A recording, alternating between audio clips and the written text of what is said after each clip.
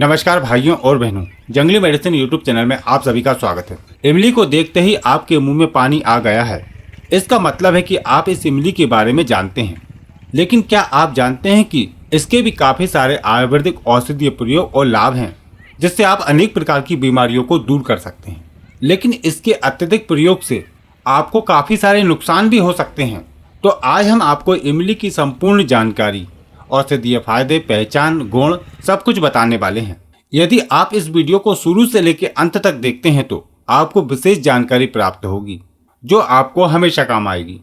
इसलिए वीडियो को अंत तक देखिएगा। और हाँ, यदि आप दुनिया की सभी प्रकार की जड़ी बूटियों की पहचान और उनके औषधीय फायदे जानना चाहते हैं तो हमारे चैनल जंगली मेडिसिन यूट्यूब चैनल को अभी सब्सक्राइब करें और सभी प्रकार के नोटिफिकेशन पाने के लिए बेल आइकन को जरूर दबाएं। इस वीडियो को लाइक कीजिए और देखते रहें। इमली के वृक्ष संपूर्ण भारत में देखे जा सकते हैं। यह बहुत ही विशालकाय वृक्ष हो जाते हैं और गर्मियों में यह छायादार वृक्ष का काम करते हैं। इसके वृक्ष पर इस तरह की फलियां लगती हैं जिसको इमली कहा जाता है। यह फलियां कच्ची अवस्था में इस तरह की होती हैं तथा खाने में यह बहुत ही खट्टी होती हैं। जब ये फलियां सूख जाती हैं तो इस प्रकार की हो जाती हैं, जिसके अंदर गहरे रंग का खट्टा मीठा मुलायम गुदा होता है। इमली के वृक्ष पर इस तरह के फूल खिलते हैं। इसके पत्ते इस तरह के होते हैं जो छोटे छोटे होते हैं तथा इसका तना इस तरह का होता है। इमली के बीज इस तरह के होते हैं। अलग अलग क्षेत्रों में अलग अलग नाम से इस इमली के वृक्ष को जाना पहचाना जाता है। आपकी जानकारी बढ़ाने के लिए हम आपको इसके कुछ नाम बताते हैं, जैसे कि संस्कृत में इसको अम्बलिका, अम्ली, अम्बा, चूका, दंतकाष्ठा, चिंचड़ा, हिंदी में इमली, आमली, अम्बली, उर्दू में इमली, असमिया में तेतली, ओडिया में तेंतुली, पंजाबी में इमली, बंगाली में तेतुल, तेलुगु में चिंता, तमिल में अमलकम और गुजराती में अम्बाली नाम से जाना पहचाना जाता है। और इमली का वनस्पतिक नाम है टेमेरिंडिस इंडिका। आप भी हमें कमेंट करके बताएं कि आप कौन से क्षेत्र में रहते हैं और इस इमली को क्या नाम से जानते हैं तथा इसका कोई औषधीय प्रयोग जानते हैं, वह भी कमेंट बॉक्स में जरूर बताएं। हो सकता है कि आपकी दी हुई जानकारी किसी के काम आ जाए। आयुर्वेदिक मत अनुसार कच्ची इमली खट्टी, वात शामक, भारी, मलमूत्र को रोकने वाली, पित्त को बढ़ाने वाली, रक्त तथा कफ विकारों को बढ़ाने वाली होती है। पकी हुई इमली अग्नि प्रदीपक, रूखी, गर्म तथा कफ और वात का शमन करती है। इमली के बीज प्रमेह नाशक, संग्राही, वीर स्तंभक एवं वीर्य पोषक होते हैं। इमली के फूल मधुर, कषाय, अम्ल, रुचिकारक, कफवात शामक, अग्निदीपक, लघु तथा प्रमेह नाशक होते हैं। इसकी छाल श्वास रोग, दंत मूल शोध आदि में लाभकारी होती है। इमली के पत्ते कवकरोधी, ज्वार, कृमि, छत, कमला, पामा आदि में लाभदायक होते हैं। तो चलिए अब इस इमली के औषधीय फायदे और प्रयोग जानते हैं, जिससे आप विभिन्न प्रकार के रोगों को दूर कर पाएंगे। उसके बाद हम आपको इसके कुछ नुकसान भी बताएंगे, तो ध्यान पूर्वक वीडियो को देखिएगा। आंखों की समस्याओं को दूर करने के लिए इमली के पत्तों का इस्तेमाल किया जाता है। इमली के पत्तों के रस में काली मिर्च को मिलाकर अच्छे से घुटाई करके बारीक पाउडर बना लें और उसमें थोड़ा सा गाय का घी मिलाकर आंखों में काजल की तरह अंजन करने से आंखों की समस्याओं में लाभ मिलता है, जैसे कि आंखों में जलन होना, आंखों में खुजली होना, आंखों में दर्द आदि समस्याएं दूर होती हैं। इमली के पत्तों के रस में दूध मिलाकर कांसे के बर्तन में रख लें और कुछ समय के बाद उस पानी को आंखों के आसपास यानी कि बाहर की तरफ लेप कर देने से आंखों में होने वाली जलन, आंखों से पानी आना, आंखों में लाली जैसी समस्याएं ठीक होती हैं। या फिर इमली के फूलों को पीसकर थोड़ा सा गाढ़ा पेस्ट बनाएं और उस पेस्ट को आंखों के ऊपर रखकर पट्टी बांध दें। इससे भी आंखों की समस्याएं दूर होती हैं और विशेष करके आंखों पर होने वाली सूजन को यह दूर करती है।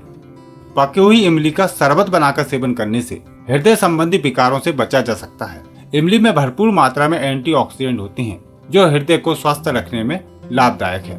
इमली में भरपूर मात्रा में विटामिन और आयरन पाया जाता है, जिससे खून की कमी दूर होती है। जिन व्यक्तियों के शरीर में हीमोग्लोबिन की कमी है, वे यदि नियमित रूप से इमली का सेवन करते हैं तो उनका हीमोग्लोबिन बढ़ने लगता है और रक्त की कमी दूर होती है।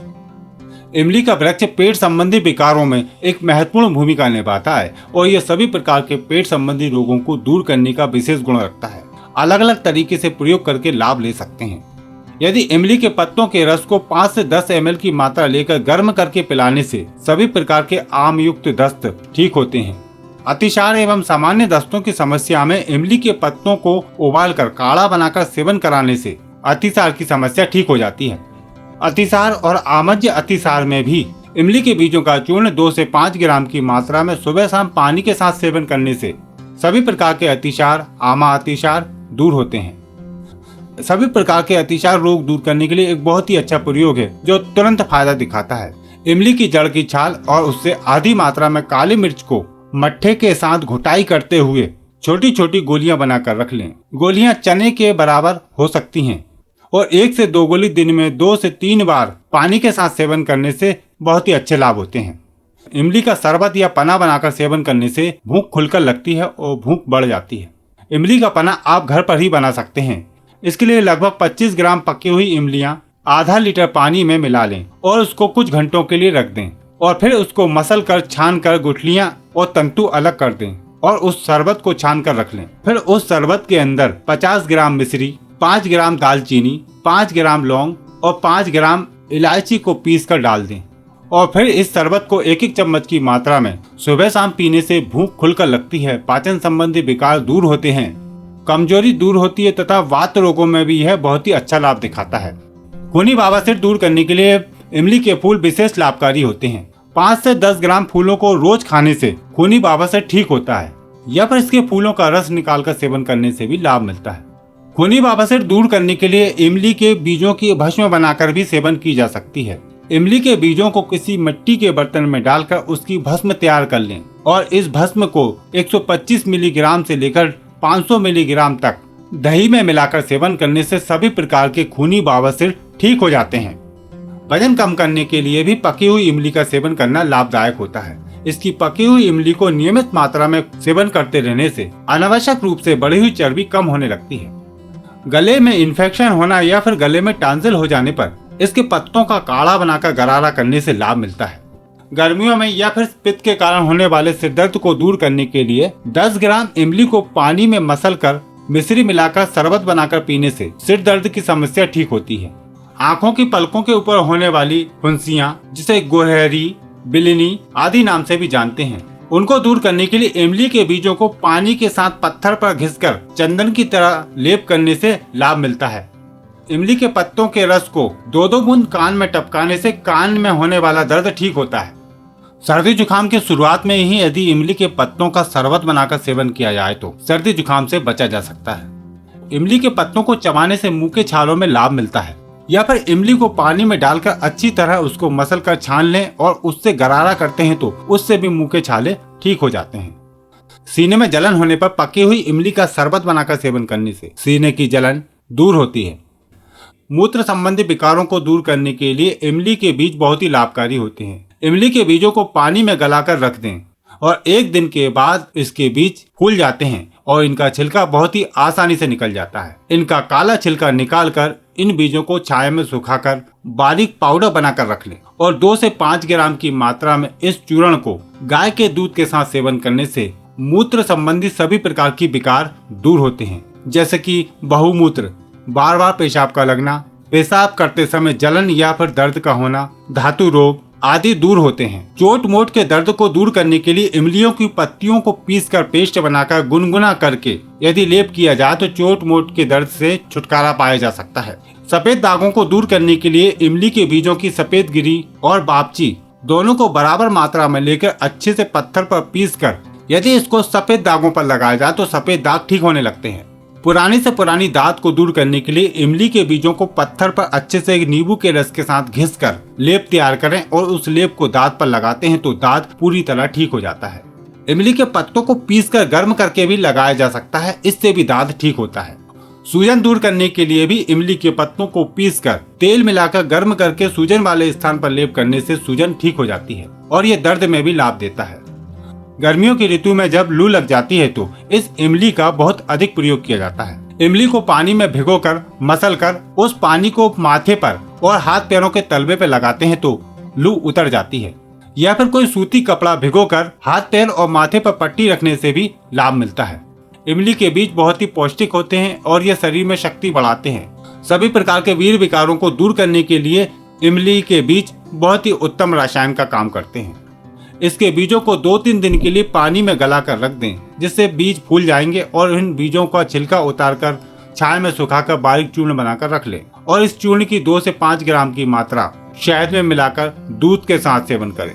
इससे वीर्य का पतलापन दूर होता है और वीर्य संबंधी विकार दूर होते हैं। या फिर आप इसको दूसरे तरीके से भी प्रयोग कर सकते हैं। इसके बीजों को भून लें और भूनने के बाद इसका छिलका उतारकर बारीक चूर्ण बनाएं और बराबर मात्रा में मिश्री मिलाकर 5 से 10 ग्राम की मात्रा में दूध के साथ सेवन करते रहने से कुछ ही दिनों में मूत्र संबंधी सभी प्रकार के विकार दूर होते हैं। वीर्य का पतलापन, पेशाब में जलन होना, रुक रुक कर पेशाब आना जैसी समस्याएं भी दूर होती हैं तथा यह शरीर को पुष्टि प्रदान करता है और कमजोरी दूर होती है।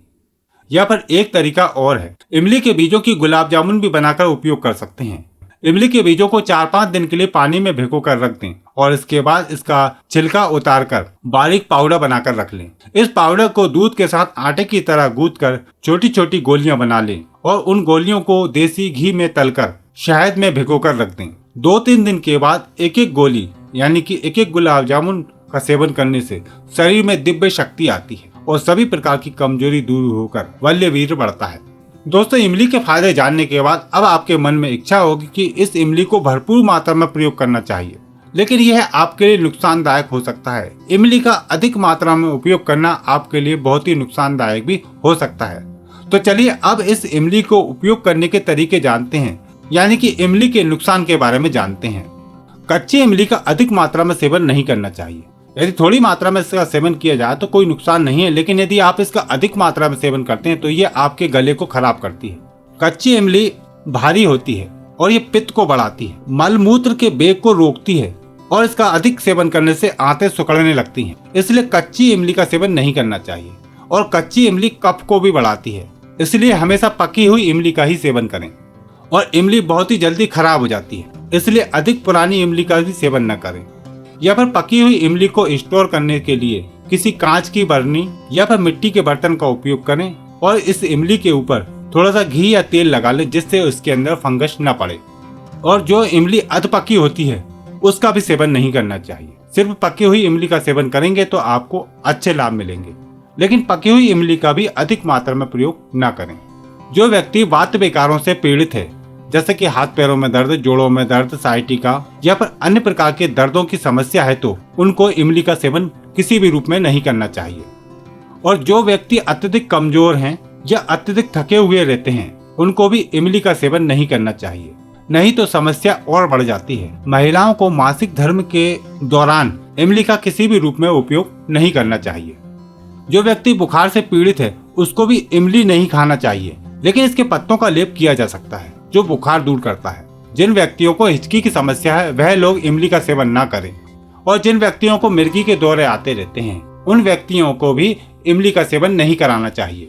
इमली का उपयोग कच्ची हो या पकी, किसी भी प्रकार की इमली हो, उसका कभी भी दूध के साथ सेवन नहीं करना चाहिए, वरना यह नुकसानदायक होती है। इमली हर व्यक्ति को सूट नहीं करती है। यदि जिन व्यक्तियों को इमली खाने से एलर्जी होती है या उनको इमली सूट नहीं करती है, उन व्यक्तियों को इमली नहीं खाना चाहिए। दोस्तों, यदि आप भी इस इमली के बारे में कोई जानकारी रखते हैं तो नीचे कमेंट बॉक्स में जरूर बताइएगा। उम्मीद करते हैं आज की जानकारी आपको पसंद आई होगी। वीडियो को लाइक करें, शेयर करें और हमारे चैनल को सब्सक्राइब करें। आपको फिर मिलते हैं एक नई जानकारी के साथ एक नई वीडियो में। नमस्कार।